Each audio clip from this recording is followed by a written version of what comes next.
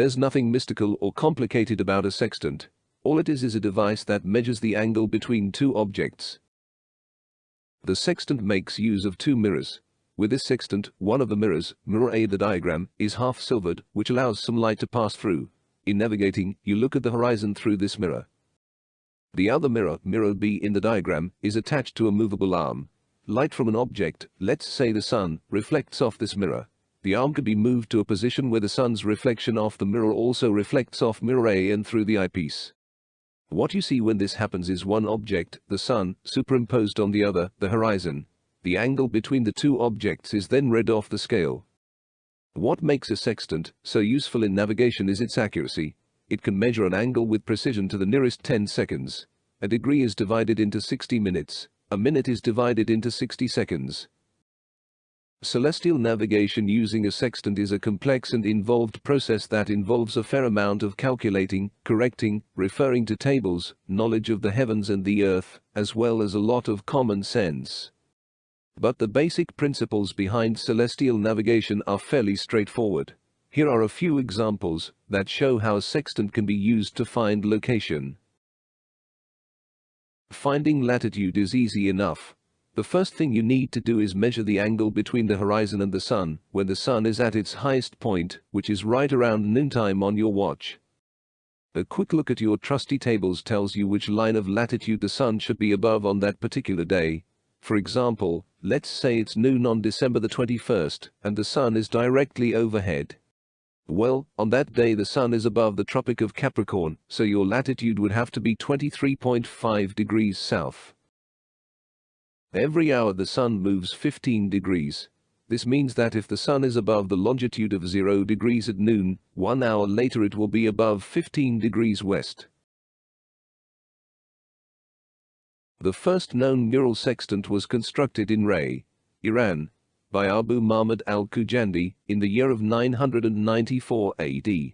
To measure the obliquity of the ecliptic, al-Khujand plus invented a device that he called al-Fakhri sextant, a reference to his patron, the ruler, Fakhr al-Dawla. Arab astronomers were heavily influenced by Byzantine astronomers. Al-Biruni, the creator of the flat earth map, was raised by Greek Byzantine astronomers who were brought to Persia to teach astronomy to Al-Biruni. The spinning ball earth did not come along until Copernicus, a priest, invented the ball earth concept in 1543. The sextant came along in 994 AD. That is 549 years before the ball earth was invented. Just a quick reminder here. Coincidentally, all the creators of the spinning ball earth posed with Freemasonic tools. Just saying it. Is it just a coincidence? Sextants used today were implemented around 1731 by John Hadley and Thomas Godfrey, but it was also found later in the unpublished writings of Isaac Newton. It can be considered just an upgrade of the model first created by the Arabs in 994 AD. Nowadays, adepts of the ball earth religion ignore the real history of the sextant. John Hadley created the modern sextant in 1731, which was based on the one that had been used for 737 years, which considered a flat, non-rotating Earth. Sextant could only work on a flat plane. Doesn't prove a sphere. The reason I brought it up is because I'm curious to know how it works on something flat. Triangulate yourself with the 3 different positions because they're crossing at 2 different points when you've only got 2. So you could be at either of these 2 locations. And when you get the 3rd, you've got an exact location. But that means that all 3 of these circles are all circles of equal altitude with straight lines to get 90 degrees to the GP of the star. Well, this straight line here, and this straight line here, and this straight line here are necessitated to do the triangulation, meaning that all 3 of these circles are all circles on the same level plane. Sextant could only work on a flat plane because you can't achieve an angle without 2 straight lines. You need a corner, a vertex.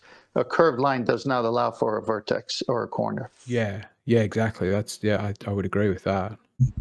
There was something he said about drawing a straight line to the horizon, which runs contrary to the rebuttal to the black swan. You can't hold both those positions, that you're drawing a straight line to the horizon and that the horizon's refracted. The baseline has to be 0. It has to be flat. It has to be a straight line. So the refraction has no meaning to the use of a sextant once your star is 3,000, 4,000, 5,000 miles away at its GP. It is getting the correct angle to it, and no optics could affect it. He mentioned flippantly the South Celestial Pole and refraction. Number one, South Celestial Pole, that's an imaginary point in the sky. He also mentioned refraction. I don't think you realize what you're saying. It's much like the imaginary point in the sky, because when you bagak refraction, that's terrestrial refraction. You're within a paradox off a mother begging the question fallacy. The paradox is that you got curved atmosphere or curved gases. Gases have no inherent shape. They don't curve. And then you have to know the radius. So when you just flippantly put those terms out, get ready to get your ass handed to you. Thanks for watching a brief history of the sextant. It was designed to work on a flat, non-rotating Earth. Until next time, this has been Flat Earth, Banjo, USA, Japan and Brazil.